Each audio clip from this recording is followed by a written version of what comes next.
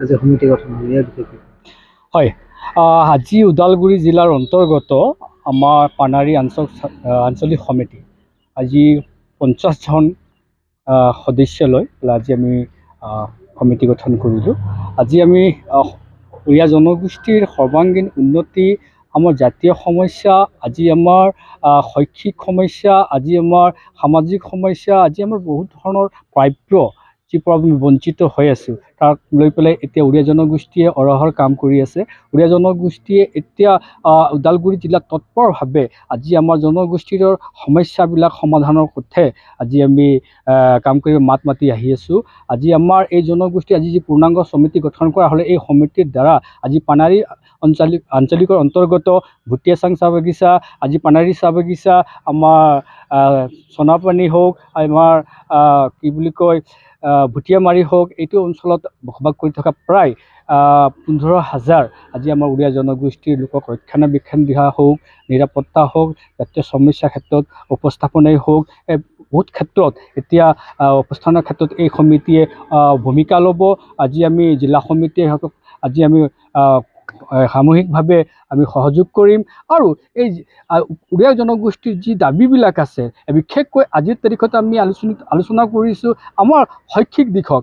আজি আন্তৰ্জাতীয় নিয়ম হিচাপত আজি চাওক, সকলো জাতি জনগোষ্ঠীয়ে নিজৰ ভাষাত শিক্ষা গ্ৰহণ কৰাৰ এটা অধিকাৰ আছে, আৰু সেই অধিকাৰ আজি প্ৰত্যেক জনগোষ্ঠীয়ে পোৱাৰ নিচিনা হৈছে। কিন্তু উৰিয়া জনগোষ্ঠীত ইয়াতে অসমক বসবাস কৰি থকা প্ৰায় 45 লাখ জনগোষ্ঠীত আজি আমাৰ চাহ বাগিচা অঞ্চল বুলি ক'লে 857 বাগিচাত আজি আমাৰ জনগোষ্ঠীৰ লোকসকলে বসবাস কৰিছে, আমাৰ ছাত্ৰ ছাত্ৰীবিলাক পঢ়ি আছে। তো আজি আমি এই সমিতিৰ দ্বাৰাতো আমি চৰকাৰক আহ্বান জনাব বিচাৰিম, দাবী জনাব বিচাৰিম যে আমাৰ জনগোষ্ঠীৰ যি ভাষা আছে উৰিয়া ভাষা, আমাৰ যিটো ভাষাক ভাৰত চৰকাৰে 2014 চনত ধ্ৰুপদী ভাষাৰ মৰ্যাদা দিছিলে, সেই ভাষাটো আমাৰ ল'ৰা ছোৱালীবিলাক যাতে প্ৰাথমিক পৰ্যায়ত পাঠদান কৰিব পাৰে, শিকিব পাৰে, তাৰ কাৰণে ব্যৱস্থা এটা কৰিব লাগে। তাৰ কাৰণে আমি চৰকাৰক দাবী জনাইছোঁ। আৰু উৰিয়া জনগোষ্ঠীৰ প্ৰত্যেকটো ক্ষেত্ৰতে আজি আমি মাত মাতিম। আমি প্ৰত্যেকটো আমাৰ প্ৰাপ্তিৰ ক্ষেত্ৰত, আমি অধিকাৰৰ ক্ষেত্ৰত আমি মাত মাতিম। আৰু এই গোটেইখিনি বস্তুক লৈ পেলাই আজি এই শক্তিশালী সমিতি গঠন কৰা হৈছে। আৰু অনাগত দিনবিলাকত আমি যিমান পাৰোঁ আমাৰ ইয়াৰ সম্প্ৰসাৰটো আমি কৰি থাকিম। আমি অতিকে গৌৰৱান্বিত হৈছোঁ যে আমাৰ এইখনেই চাহ বাগিচাৰ এজনী মানে অতিকৈ দুখীয়া পৰিয়ালৰ ছোৱালী দিব্যতাতি, তাইক আমি আহিছিলোঁ ইয়াতে, সম্বৰ্ধনাও জনালোঁ, তেখেতক আৰ্থিকভাৱে কিঞ্চিত পৰিমাণৰ সহায় সহযোগ কৰালোঁ। তেখেত আমাৰ জনগোষ্ঠীৰ কাৰণে গৌৰৱ কঢ়িয়াই আনিলে। আজি under-17 অসম ৰাজ্যিক ভিত্তিত তেখেতে ফুটবল খেলত স্থান লাভ কৰিলে। আৰু ইতিমধ্যে তেখেত এতিয়া ক্ৰীড়া সন্থাত তাতে অলৰেডি প্ৰশিক্ষণ প্ৰাপ্ত কৰিবৰ কাৰণে ৰাওনা হৈছে, তাতে থাকি আছে।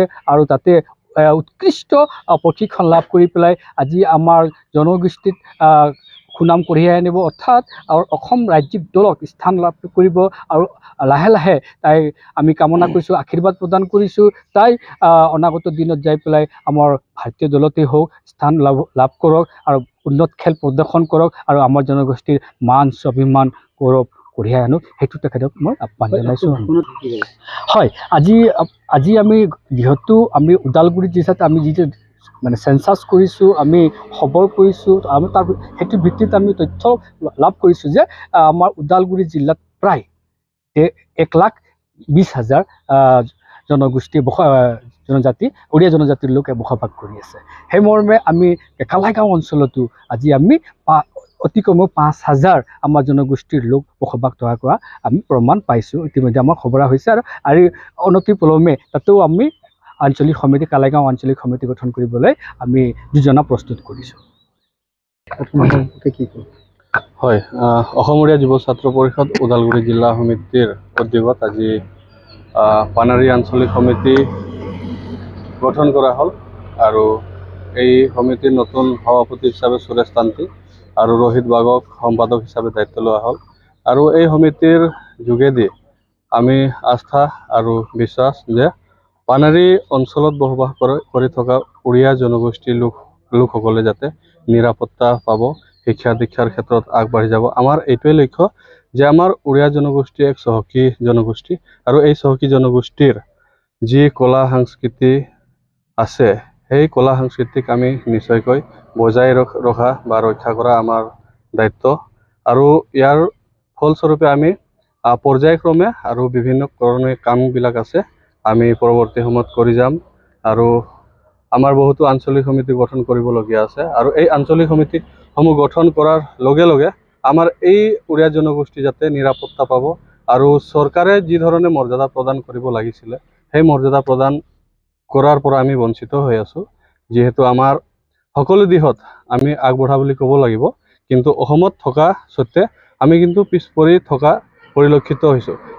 সেইটো বিষয়বস্তু আমি উপস্থাপন কৰিব বিচাৰিছোঁ চৰকাৰৰ দৰবাৰত, যাতে আমাক সমমৰ্যাদা দিব লাগে, সম অধিকাৰ দিব লাগে আৰু এই উৰিয়া জনগোষ্ঠীৰ যাতে উন্নয়নমূলক কাম কাজবোৰত চৰকাৰে যাতে দৃষ্টিগোচৰ কৰে।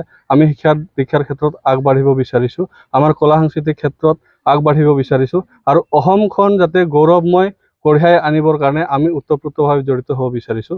আৰু সেই সকলো দৃষ্টিত সেই সকলো বিষয়বস্তু যাতে চৰকাৰে আমাক মৰ্যাদা প্ৰদান কৰিব লাগে, সেই উদ্দেশ্যই আমি এই জনগোষ্ঠীটোৰ নেতৃত্ব দি আছোঁ। আৰু এই জনগোষ্ঠীটোৰ হকে অসম উৰিয়া যুৱ ছাত্ৰ পৰিষদ বিগত দিনবোৰতো কাম কৰি আহিছে আৰু আগন্তুক দিনবোৰতো কাম কৰি যাব।